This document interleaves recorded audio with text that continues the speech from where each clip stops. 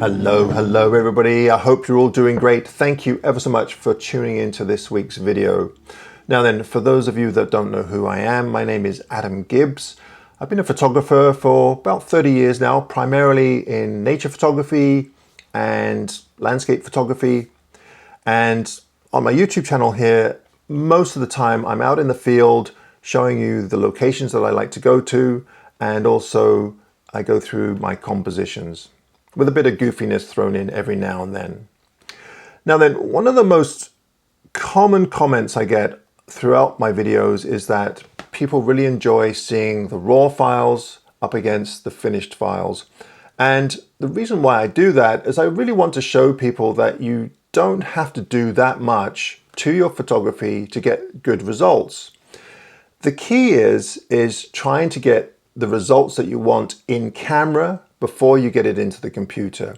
So that involves looking for the right type of light for your subject, composition, and also knowing how to use your camera.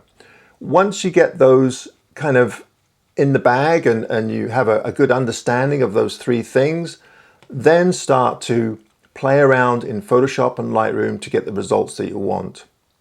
Most of it has to do with light, and some people would argue with me that composition is more important than light. The two are very important, but I always put light at the top of the list there. So it's funny, recently I went to an art exhibit. It was Picasso, and what really struck me about the exhibit, looking at his early work, was how proficient he was at painting, and he's just a great artist. And then as time went on, he departed from the traditional and started to go his own direction. And I think that's the same with photography. Once you get the basics down or have a good understanding of how to capture an image and light and composition and all those other good things, then you can start to move away from the norm and start to go your own direction and experiment. And that's where Photoshop and Lightroom comes in. I don't have a problem with people that love to do composites or go way overboard with the Photoshop and Lightroom, as long as they have a direction that they want to go in. If you just go into those programs and you don't really know what you want, or you don't have a clear idea of where you want to take your photograph, then 9 times out of 10, it's probably not going to be the results that you want. So I'm going to go through some images that I took in Antarctica. Most of the stuff is quite basic, but that's all you really need to know. And some of it includes a bit of masking. Most of it has to do with just increasing exposure and contrast. So let's dive right in, and I'll just go over some images with you, and hopefully you'll get a few tips from this video.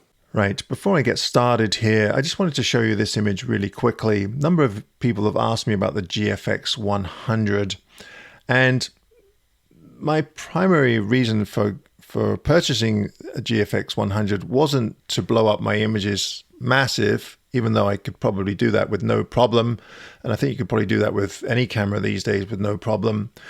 The biggest reason for me is that I just find the images so much easier to work with in Lightroom and Photoshop.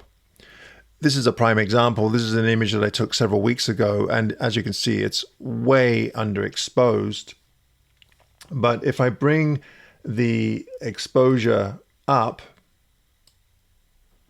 to, say, I don't know, let's go all the way up to 5 stops, which is actually too much, but just as an example, if I zoom in to 100% into the shadows, you'll see that there is virtually no noise whatsoever. And the same with over here. We haven't really lost that much. Now over here, you can see it looks like noise in here, but that's actually water vapor in the air. So that's the biggest reason why I use this camera, is because I just find the files so much easier to work with. I mean, the contrast range in here is huge. So keep that in mind. Now then, as far as the Antarctica images go, now all of these are as I shot them. So when we look at, say, this photograph here, which was with the X-T4, this is the format that I shot with. This image here and this one here are cropped within the camera. The nice thing about the cropping tool in cameras is that if you want to recrop it or change the crop afterwards, you can. This is a raw file, so if we go up to the crop tool here, you can see where I've actually cropped it. So if I want to just adjust it a little bit, then I'll do that. And most of the images that I took Antarctica, when I did them as panos, I did adjust them slightly differently than what I photographed at the time. So since we're on this image, let's just start with this one. This was kind of one of my favorites, but it's very subtle. And of course, looking at it on the internet is not ideal because you can't really see what's going on. What I really loved about this image was just the tonality throughout the photograph. And again, that's one of the nice things about a larger or medium format camera, is that you just get these beautiful tones from colors to colors. The gradation is just that much smoother. What was neat about this scene was that these 3 dots in here are actually 3 humpback whales. So I just loved the scene because we had these 3 little items in here and they're just synchronized so beautifully. This was handheld, I believe, so the shutter speed was quite fast. It was 1/500th of a second, f8, ISO 400. So how would I address this image in processing? Well, very simply, it's a little bit dull, a little bit flat. So all I would do in this image would be just to bring up the whites, just brighten it up, and perhaps the blacks just a little bit, but not too much. The color temperature is fine. We can try and warm it up just a little bit, but I do like that blue cast. And that is pretty much it. That's all I would do in this photograph. There's no dust spots or anything. It's a brand new camera, so I wouldn't expect any dust spots. But that's pretty much what I would do. I might, this is something that I might experiment with a little bit. Perhaps get one of the masks here, use the radial mask, and just go into this area here, like so. We'll just feather that quite a bit and just bring the whites up ever so slightly, like that. But that's about it. And then I don't need to do any more. Okay, this next image here, again, this is cropped within the camera. Here's the original scene. Actually, I'd probably just widen this a little bit. The reason why I cropped it like this is because if you look down here, you can actually see the ship's trail, which I didn't like that much. So I decided to crop it just a little bit. I love these where the wind is blowing in the bottom here. There were some nice clouds in the top, but that just looks a bit too much sky to me. So we'll just keep it down just above these clouds here. Now, one of the biggest issues with this scene here is that it's lacking any kind of contrast. And I think what ended up happening was it was early in the morning, and I think I got some condensation or moisture on my lens, and that's why it's lacking so much. So I neglected to clean it off. But it's very easy to bring back. First thing I do would be to straighten up the horizon line. If indeed it is off, it wasn't really off that much. And then this is where I'd use the dehaze and perhaps the clarity just a little bit, and the white and the contrast. So what I'm going to do here is actually slide the dehaze button here. Not that much. It's very easy to overdo these things. Also bring up the contrast and reduce the shadows just a little bit. The blacks, like so. And as you can see already, it's already improved it vastly, a vast improvement. That's what I'm meaning to say.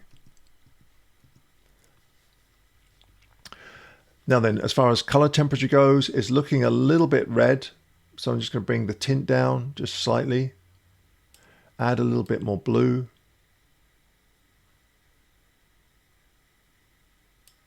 Something else that I do quite often is I'll experiment with the blacks and the whites.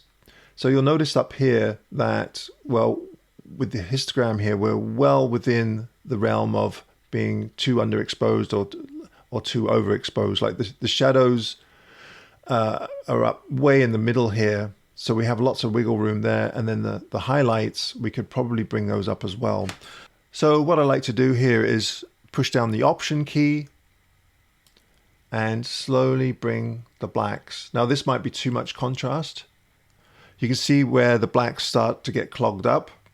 So I like to just bring it back from so you can't see any of those blue bits in there, like so. And as far as the whites go, do the same thing, Option key, whites, and slide it the opposite way.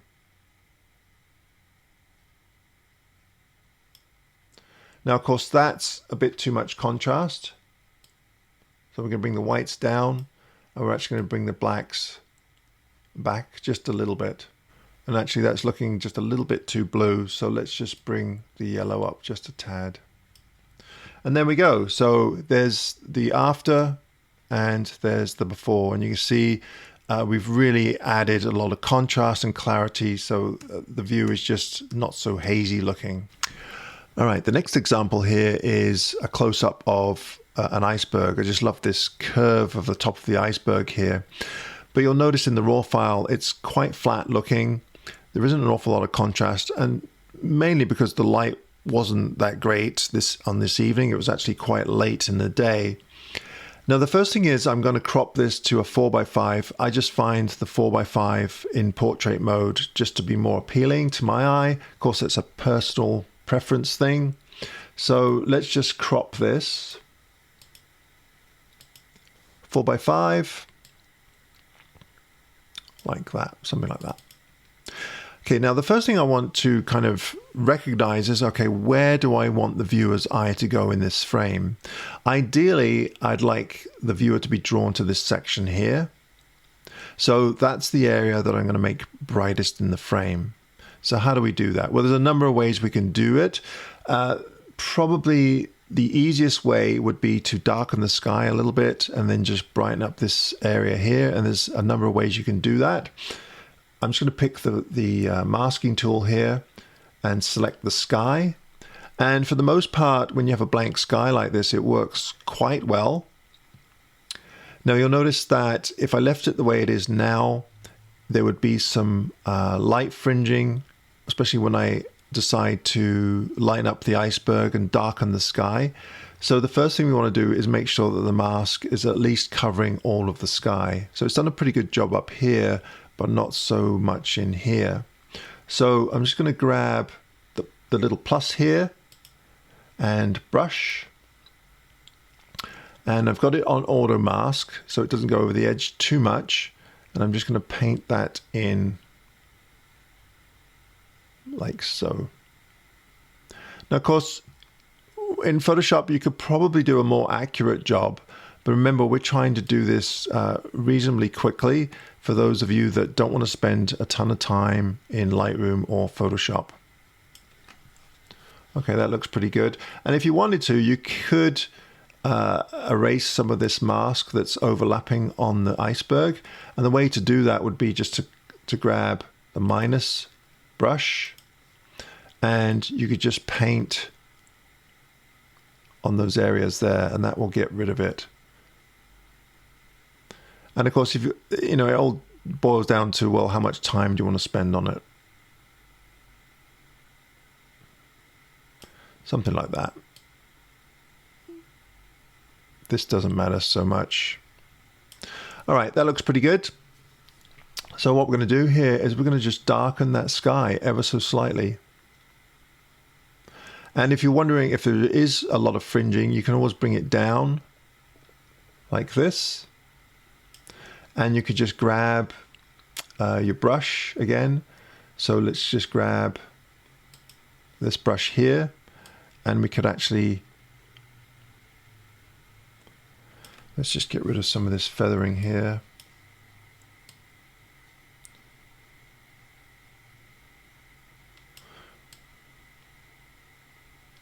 Especially along in here, up in here.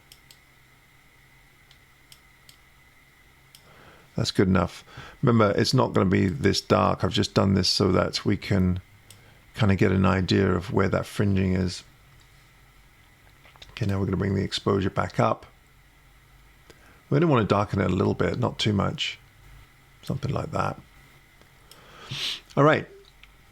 Now what we're going to do is, well, we'll just give that a little bit of a blue tone. Now what we're going to do is grab another mask.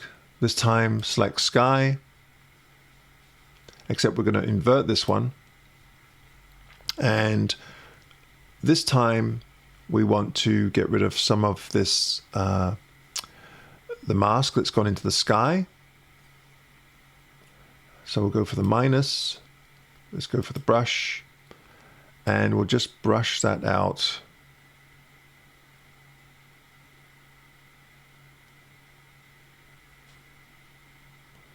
Remember, it doesn't have to be really accurate unless you're doing some really drastic contrast adjustment or brightening or darkening, then you'd probably need a more accurate mask.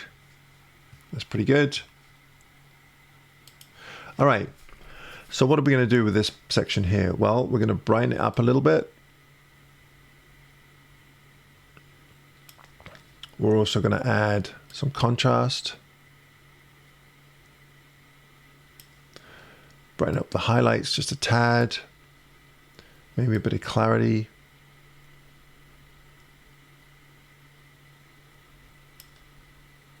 And a bit of dehaze. Something like that. Now if I zoom in, you'll notice that there is a little bit of fringing. So we can play around with that afterwards, like you'll notice down here. So some of these sections, so this mask is not perfect, so you will have to spend a little bit more time on those things if you really want it to look natural. But for this quick video here, I'm not going to go into that because I don't want to bore you with me painting out those little areas where it's too dark or too light. Okay, lastly, we'll pick one more radial gradient here, and this time I'm going to go on the whole image. So let's make the image quite small here. Invert. And this time I'm just doing a little vignette here. So again, I'm just going to bring the exposure down ever so slightly. Not too much. And actually, when I look at the sky here, it might be just a little bit too dark. So I'm just going to bring that up just a tad. Add a bit more blue. And one more mask, radial gradient again. This time in this area here. I'm just going to bring the whites up slightly. Something like that. All right, we're getting a fit. And lastly, bring up the highlights. Now for the whites, I'm just going to push down the Option key. This is on a Mac. Not quite sure what it is on a PC. Bring up the whites.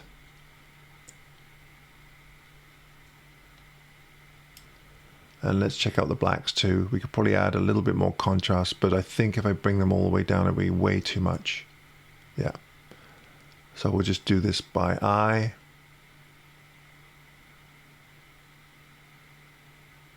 There we go. All right, and like I said, there is a little bit of light bleed in there. Zoom in here. You'll notice just in this area here, and just tidy up around the edge. Around here a little bit, you'll notice some. So if you are going to do this, then you might have to spend just a little bit more time on the masking so that you don't get some weird things happening on the edge. So there's the end result, and that's what we started with. All right, what's next here? So this image here, I just wanted to point out a couple of things. I really quite like this image. I purposely got down as far down on the ground as possible, so I had my camera on the snow. I find with a lot of subjects, especially wildlife, it's not a bad idea to try and get down as far down as you can so that you're looking across at their level, at eye level, rather than shooting down. The one thing that it took me a while to notice was that even though the background is quite blurry, this was shot at 5.6, so it was wide open. You'll notice that the beak of the penguin is converging with this iceberg in the back.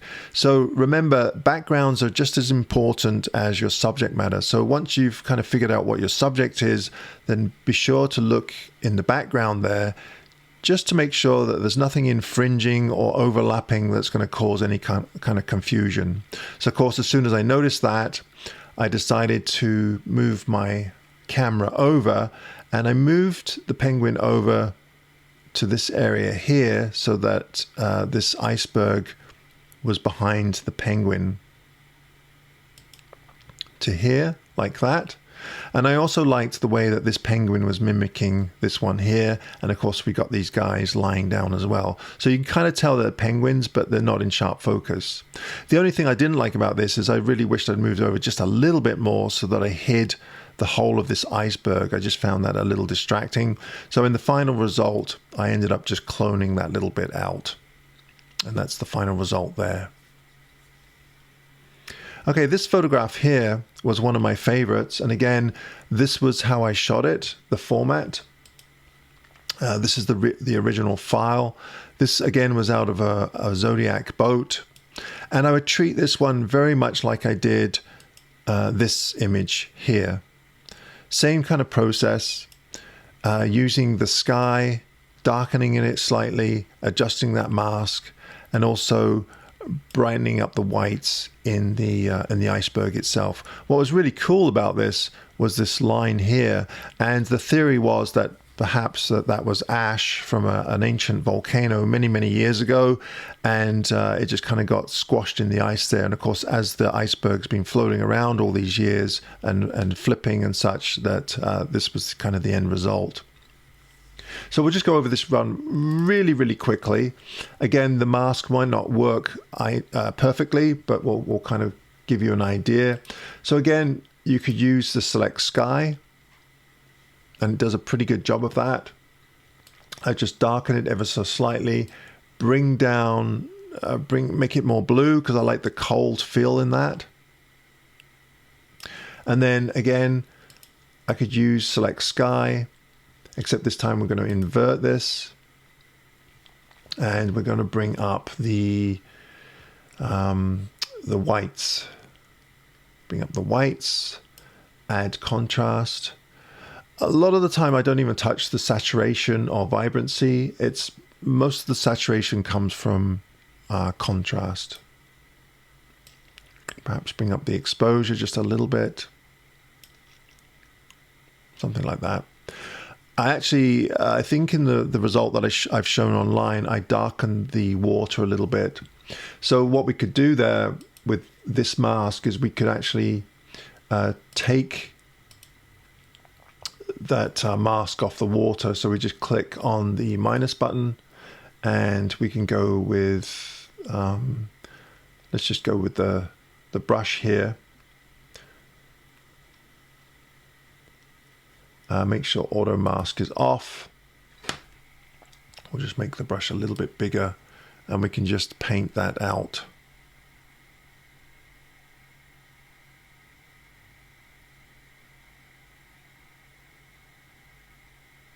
Again, you know, I could go probably a little bit more accurate with that, but that's probably good enough for now. And let's just see what that looks like. So that's after and that's before. So you can see that we're just trying to make the iceberg stand out just a little bit. And it's about subtlety. A lot of times I'll process an image, leave it for a little while, then go back to it, and I'll often find that I've gone a little bit too far. So they just bring the levels down just a little bit. Right, that's it. I hope you got some tips that you can use in your own photography or your own processing from this video.